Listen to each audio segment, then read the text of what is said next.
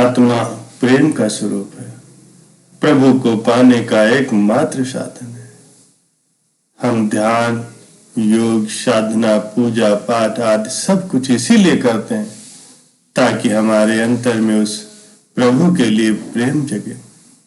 प्रेम ही परमात्मा को पाने का सबसे सरल साधन है। यदि मनुष्य को प्रभु से सच्चा प्यार हो जाए तो उसे प्रभु की बनाई हुई पूरी सृष्टि से प्यार हो जाएगा। प्रेम ही प्रभु को पाने का सबसे सरल साधन है। ये प्यार अंतर में होता है, इसे व्यक्त नहीं किया जा सकता। इसमें दुश्मन को भी अपना बना लेने की शक्ति होती है। संतों के प्यार का ढंग निराला होता है। संत इसके लिए जीवन भर साधना करते हैं, ध्यान लगाते हैं, नाम सिमरण करते हैं, प्रभु को अपने अंदर में केंद्रित करते हैं ताकि मन बस में रहे और संसार रूपी माया में न भटके। ध्यान व साधना से जब मन केंद्रित हो जाता है तब ज्ञान हमारी आत्मा के अंतर में आ जाता है। अनपढ़ अंधकार में है ही, लेकिन पढ़ा लिखा उससे ज्यादा अंधकार में, क्योंकि उसे पढ़ लिख करके ज्ञान का अभिमान हो जाता है। संसार में रहते हुए भी मनुष्य से कैसे बचे? संत एक ही बात फरमाते हैं कि जिन प्रेम किया तिन्हें ही प्रभु पाया, अर्थात जिसने प्रेम किया है उसी ने ही प्रभु को पाया। प्रभु अपने भक्तों की स्वयं ही चिंता करते हैं। जब हम अपने गुरु से प्यार करने लगते हैं तब सब कुछ हमें प्राप्त हो जाता है, लेकिन स्वार्थवश हम उससे प्रेम नहीं कर पाते, तब हमारा मन भटकता रहता है। सभी धर्मों में प्रेम ही एक ऐसी चीज है जो सबको मिला देती है। जो प्रभु से प्रेम करता है वही प्रभु का प्यारा होता है। संत फरमाते हैं कि अपने पड़ोसियों से भी उतना ही प्यार करो जितना तुम स्वयं से करते हो। परमात्मा प्रेम स्वरूप है। यह आत्मा उसी का अंश है, इसीलिए ये भी प्रेममय है और प्रभु को प्राप्त करने का रास्ता भी प्रेम है। प्यारे सज्जनों, लेकिन प्रेम और मोह में बहुत अंतर होता है। लोग प्रेम को ही मोह समझ लेते हैं, ऐसा नहीं है। नाच ना आवे आंगन टेढ़ा कहते हैं। नाच सीखो, जो नाचना जानता है उसको टेढ़े आंगन में भी नाच आ सकता है, और लेकिन जो नाचना नहीं जानता तो चौकोर आंगन में भी नहीं नाच सकेगा। लेकिन लोग सस्ती बात को पकड़ लेते हैं। वो कहते हैं कि पत्नी से मोह है तो पत्नी को छोड़ दो, बच्चों से मोह है तो बच्चों को छोड़ दो। लेकिन नहीं, पत्नी के कारण मोह है या मोह के कारण पत्नी है, जरा इस पर विचार करना। मोह न होता तो तुम पत्नी को कैसे ले आते? तुमने पत्नी को क्यों बनाया होता? मोह पत्नी से पहले था, अब तुम उस बेचारी पत्नी पर दोष थोप रहे हो कि पत्नी के कारण मोह है। बहुत पुरानी एक कथा है कि एक परमात्मा का खोजी भक्त था। उसने प्रभु को खोजते खोजते एक दिन पा लिया। उसने भगवान विष्णु के चरण पकड़ लिए, बड़ा आनंदित था। उसे जो चाहिए था वो मिल गया। उसने खूब धन्यवाद दिया भगवान विष्णु को और कहा, प्रभु बस एक थोड़ी सी इच्छा है, मुझसे थोड़ा सा काम करवा ले, कुछ सेवा करवा ले। आपने इतना कुछ दिया है, जीवन दिया है, जीवन का परम आनंद दिया है, और अब आपने मुझे दर्शन भी दे दिए हैं, इसलिए मेहरबानी करके मुझसे थोड़ी सी सेवा करा ले। मुझे ऐसा न लगे कि मैंने आपके लिए कुछ नहीं किया, और लेकिन आपने मुझे इतना कुछ दिया है, मुझे बड़ा सौभाग्य दिया है।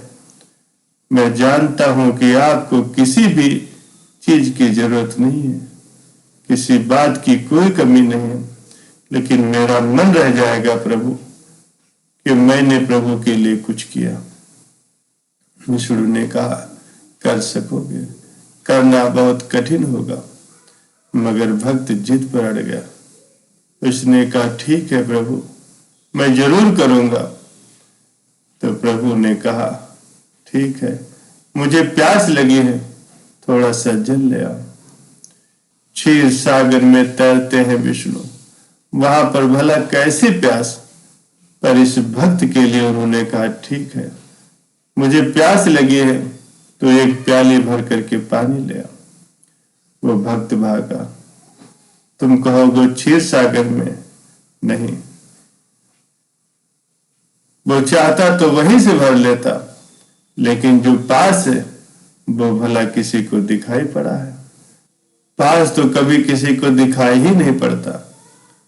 पास के लिए तो हम बिल्कुल अंधे हो जाते हैं। हमें तो दूर की चीजें दिखाई पड़ती हैं, जो जितनी दूर हो उतनी ही साफ दिखाई पड़ती है। चांद तारे दिखाई पड़ते हैं, लेकिन निकट पड़ोस नहीं दिखाई पड़ता। उसे भी नहीं दिखाई पड़ा होगा। वो भागा। उसने कहा, प्रभु मैं अभी लाता। और वो चला संसार में। उसने एक द्वार पर जाकर के दस्तक दी। एक सुंदर युवती ने द्वार खोला। उस भक्त ने कहा, देवी मुझे एक प्याली शीतल जल चाहिए, क्या मिल सकेगा? उस युवती ने कहा, आप आ गए हैं ब्राह्मण देवता, आप भीतर विराजिए, मेरे घर को धन्य करें। ऐसे बार बार से न वापस चले जाए। फिर मेरे पिता भी बाहर गए हैं, मैं घर पर अकेली हूं। वे आएंगे तो बहुत नाराज होंगे कि ब्राह्मण देवता आए थे और तूने बाहर से ही भेज दिया। नहीं नहीं, आप पहले भीतर आइए। एक क्षण को तो वो ब्राह्मण देवता डरे कि युवती है, सुंदर है। विष्णु भी एक क्षण को उसे फीके मालूम पड़ने लगे। विष्णु के फीके हो जाने में भला कितनी देर लगती है। ऐसा दूर का सपना मालूम होने लगा। तो भक्त डरा, घबराया इसीलिए कि विष्णु एक क्षण को भूलने ही लगे थे। आवाज दूर से दूर होने लगी। उसने कहा, नहीं नहीं, माथे पर पसीना आ गया। लेकिन युवती नहीं मानी। उसने हाथ ही पकड़ लिया ब्राह्मण देवता का कि पहले आप भीतर आइए, ऐसे नहीं जाने दूंगी। उसने जैसे ही हाथ पकड़ा, ब्राह्मण देवता का विष्णु बिल्कुल ही विलीन हो गया। वो घर के भीतर ले आए। उसने कहा, पहले आप जलपान कर लीजिए और फिर जल लेकर के जाना। उसने नाश्ता कराया, पानी पिलाया। उस युवती का भाग भाग कर ब्राह्मण देवता की सेवा करना, उस भक्त के लिए भगवान विष्णु धीरे धीरे स्मृति से बाहर हो गए। कभी कभी बीच में याद आ भी जाती कि बेचारे प्यासे होंगे। फिर सोचता, ठीक है, भगवान को क्या प्यास, वो तो मेरे लिए ही उन्होंने कह दिया है, अन्यथा उनको भला क्या प्यास लगती। वे तो परम तृप्ति में है, तो ऐसी कोई जल्दी भी नहीं है। हाँ, एक दो क्षण रुक लो। और जब इस युवती ने निमंत्रण दिया कि अब आप आ ही गए हैं तो मेरे पिता से भी मिलते जाइए, वो थोड़ी ही देर में आते होंगे। तो ये सुनकर के वो ब्राह्मण सहज ही राजी हो गया। युवती उसकी सेवा करती रही। युवती का सौंदर्य उसके मन को मोहता रहा। सांझ हो गई, पिता नहीं लौटे। युवती ने कहा, ब्राह्मण देवता पहले आप भोजन कर लें। अब शाम को आप कहाँ जाएंगे और कहाँ भोजन करेंगे? भोजन बना, भोजन किया, रात हो गई। युवती ने कहा, अब रात में आप कहाँ जाएंगे, यहीं पर सो जाए। सुबह सुबह भोर होते ही ब्रह्म मुहूर्त में निकल जाना। ब्राह्मण देवता राजी हो गए और फिर वो वहां से कभी नहीं निकले। फिर एक पर एक काम आते गए। ब्राह्मण देवता करे भी तो क्या करें। सुबह युवती कहने लगी, पिताजी नहीं आए, गाय का दूध लगाना है, मुझसे लगता नहीं, आप ही लगा दे। तो उन्होंने गाय का दूध लगा। फिर बैल बीमार था, तो युवती ने कहा कि ब्राह्मण देवता इसकी भी कुछ सेवा करें, मैं भला औषधियां लेने कहाँ जाऊं। ये सब भी तो परमात्मा के ही है। बात भी जची। ब्राह्मण देवता रुके सो रुक ही गए। फिर उनके बेटे हुई, बेटियां हुई, बड़ा परिवार हो गया। कोई 50-60 साल बीत गए, बेटों के भी बेटे हो गए। तब गांव में बाढ़ आ गई, भयंकर बाढ़ आई। ब्राह्मण देवता बूढ़े हो गए, लेकिन अपने बच्चों को, अपने नाती पोतों को किसी तरह बाढ़ से निकालने की कोशिश कर रहे थे। सारा गांव डूबा जा रहा था, भयंकर बाढ़ थी।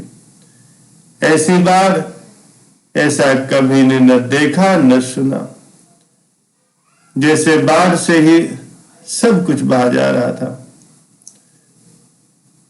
पत्नी बह गई, पत्नी को बचाने दौड़े तो जिस बच्चे का हाथ पकड़ा था उसका भी हाथ छूट गया। उस किनारे पहुंचते पहुंचते सारा परिवार ही उस बाढ़ की भेंट चढ़ गया। एक पत्थर की चट्टान पर ब्राह्मण देवता बहुत ही दुखी भाव से बैठे थे। रह रहकर अपने पत्नी और बच्चों की याद आ रही थी, उसके दुख में गमगीन थे। तभी एक बाढ़ की बड़ी ही ऊंची लहर आती है और उस लहर पर आते हैं भगवान विष्णु और कहते हैं कि मैं प्यासा ही हूं, तुम अभी तक पानी नहीं लाए। मैंने तुमसे पहले ही कहा था तुम नहीं ला सकोगे, लेकिन तुम संसार को छोड़कर भागे थे, और जो इस संसार को छोड़कर भागता है उसका आकर्षण उसके अंदर शेष रहता है। क्योंकि तुम संसार से जाग करके ऊपर नहीं उठे, संसार की तरफ आंख बंद करके भागे थे। और तो छोटे से काम के लिए संसार में अगर जाओगे तो उलझ जाओगे। लेने गए थे जल और सारा संसार ही बस गया। प्यारे सज्जनों, संत महापुरुष कभी भी संसार को त्यागने की बात नहीं करते। वो तो केवल अपने अंदर के संसार को त्यागने की बात करते हैं। सभी के प्रति अपने अंदर प्रेम भावना रखो। कभी भी संसार के उत्तरदायित्वों से मत भागो, क्योंकि संसार में ही रह करके परमात्मा को पाया जा सकता है।